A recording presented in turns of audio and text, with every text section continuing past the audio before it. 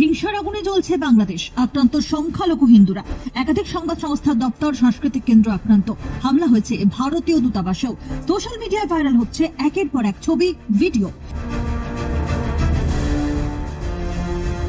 পদ্মাপাড়ের সেই আঁচ এবার লাগলো এপার বাংলার রাজনীতিতেও। এই অবস্থায় বাংলাদেশের সংখ্যালঘু হিন্দু বাঙালিদের সুরক্ষা নিশ্চিত করার দাবি জানিয়ে রাস্তায় নামল বাংলা পক্ষ।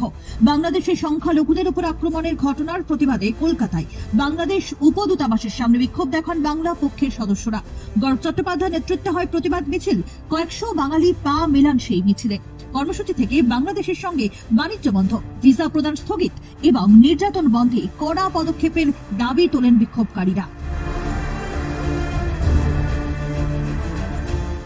বাংলা পক্ষের সাধারণ সম্পাদক গৌরব চট্টোপাধ্যায় ভারত সরকারের কাছে বাংলাদেশের সঙ্গে বাণিজ্যিক এবং কূটনৈতিক যোগাযোগ ছিন্ন করার দাবি জানিয়ে বলেন, বাংলাদেশের মাটিতে হিন্দু সহ সংখ্যালঘুদের উপর যেভাবে আক্রমণ চলছে সেই ঘটনা গোটা বিশ্বের কাছে তুলে ধরা হবে। পথে নেমেছিলাম এবং পথে নেমে আমরা বলেছিলাম, এক, বাংলাদেশের সাথে সকল রকম বাণিজ্য বন্ধ করতে হবে। বাংলাদেশের সাথে সকল রকম বাণিজ্য বন্ধ করতে হবে। ভারত সরকার সেটা মানেনি।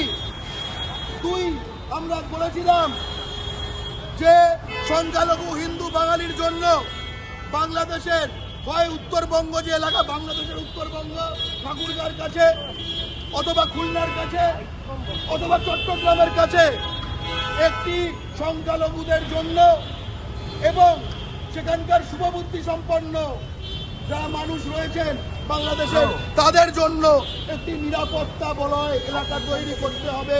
দরকার পড়লে ভারতের মিলিটারির সাহায্যে। আমরা সেরকম কোনো কিচ্ছু পাইনি। তৃতীয়, আমরা দাবি করেছিলাম যে বাংলাদেশে কোনো মাল পাঠানো যাবে না এই ভারতের কোনো বন্দর থেকে। আমরা দেখলাম সেটাও মানা হয়নি। আমরা দাবি করেছিলাম ভারত সরকার যেন ঘোষণা করে তিস্তা চুক্তি হবে না, স্পষ্ট ঘোষণা করে। লজ্জার কথা, ভারত সরকার তাতেও রাজি হয়নি।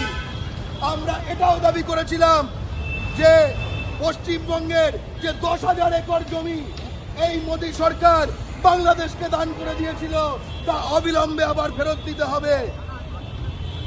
সেটাও ভারত সরকার ফেরত নেয়নি।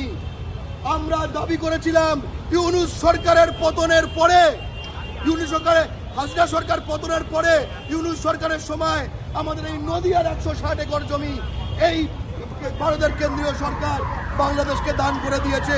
এই সত্য সেটা অন্তত ফেরত নিক। ভারত সরকার সেটাও করেনি। আমরা আর কোথায় যাব আমরা জানি না। আমরা কি রাষ্ট্রসংঘের কাছে যাব? আমরা দেখলাম ভারত সরকার আমাদের মানুষই মনে করে না। ভারত সরকার হিন্দু বাঙালিকে মানুষ মনে করে না। তাই আজকে আমরা বাংলাদেশের ডেপুটি হাই কমিশনের সামনে প্রত্যক্ষভাবে আসতে বাধ্য হয়েছি এবং এই প্রত্যক্ষভাবে আসার মাধ্যমে আমরা সিগন্যাল দিতে চাই কেন্দ্রীয় সরকারকে যে আপনারা যদি আমাদের সাংবিধানিক এই অধিকার, এই দায়িত্ব রক্ষা না করেন, সংবিধানের এই দায়িত্ব আমরা নিজেরাই নিয়ে বাংলাদেশের সঙ্গে আমরা নিজেরা বোঝাপড়া করে তাদের এই ভয়ঙ্কর যে হিন্দু বাঙালি বিরোধী যে এই আগ্রাসনটা আমরাই বন্ধ করব। কারণ গতকাল থেকে অনেকের আফরাজুলের কথা মনে পড়ছে। অনেকের আফরাজুল খান, মালদার আফরাজুল খানের কথা অনেকের মনে পড়ছে। দেখলাম ছবি দিচ্ছে। কি ছবি দিচ্ছে? যে আফরাজুল খানকে রাজস্থানে এরকম ভাবেই অন ক্যামেরা পুড়িয়ে মারা হয়েছিল আমাদের একজন বাঙালি ভাইকে, এই পশ্চিমবঙ্গের বাঙালি ভাইকে। আমি তাদের প্রশ্ন করতে চাই, যখন আফরাজুল খানকে পুড়িয়ে মারা হলো, আজকে ছবি দিচ্ছ, সেদিন তুমি পথে ছিলে না, আজকে তার ছবি ব্যবহার করছো। সেদিনও পথে একমাত্র প্রতিবাদ করেছিল বাংলা পক্ষ। সেদিনও পথে একমাত্র প্রতিবাদ করেছিল। নজরুলের ছবি, লালনের ছবি পোড়ানো হয়েছে। এর বদলা হবে। এবং আর একটা হুঁশিয়ারি দিতে চাই, এই যখন বাংলাদেশে এই মৌলবাদীগুলো যখন সেখানে মুক্তিযুদ্ধের বিরুদ্ধে, প্রগতিশীল চিন্তার বিরুদ্ধে একখানা জঙ্গিবাদী আন্দোলন করে সরকার উৎখাত করছিল, আমাদের পশ্চিমবঙ্গে কিছু রাজাকারের সমর্থক নানা পতাকা নিয়ে তারা এখানে বিপ্লবী সাজছিল। সেই বিপ্লবীগুলোকে, সেই বদমাইশগুলোকে, সেই বাংলা বাঙালির শত্রুগুলোকে এই বাংলার মাটিতে চিহ্নিত করা দরকার।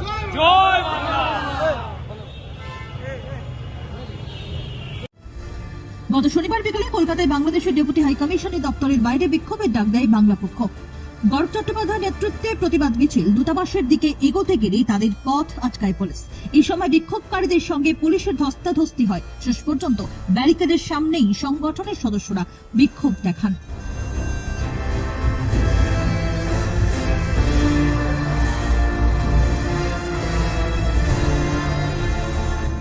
কর্মসূচিতে উপস্থিত ছিলেন বাংলা পক্ষের শীর্ষ পরিষদ সদস্য অরিন্দম চট্টোপাধ্যায়, মোহাম্মদ শাহিন, উত্তর 24 শহরাঞ্চল সাংগঠনিক জেলা সম্পাদক পিন্টু রায়, হাওড়া সম্পাদক মিঠুন মণ্ডল, হুগলির সম্পাদক কৌশিক চট্টোপাধ্যায় সহ আরো অনেকে।